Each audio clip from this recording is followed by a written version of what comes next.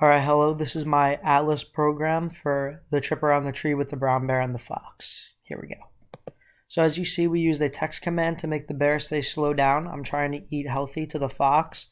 And we then used a program for the walking of the fox, which uses its alternating front legs and back legs, while a walk command for the bear to make its front legs move at the same time and its back legs move at the same time as it does in the wild.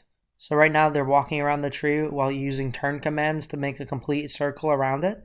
And as you can see, the fox is appearing and the bear will shortly be behind it.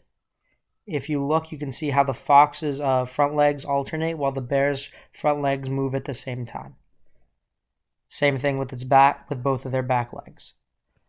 As you can see here, the fox and the brown bear will begin to stop, and the fox will, if you tried eating salad using a text command, while the bear will huff using a text command, and then the fox will begin climbing up the tree. We arched its back using a turning spinal command, and we used an up move motion in the code to make it move up. And then for the rest of it, we used text commands, and we turned the bear's neck using a turn command and targeting its neck.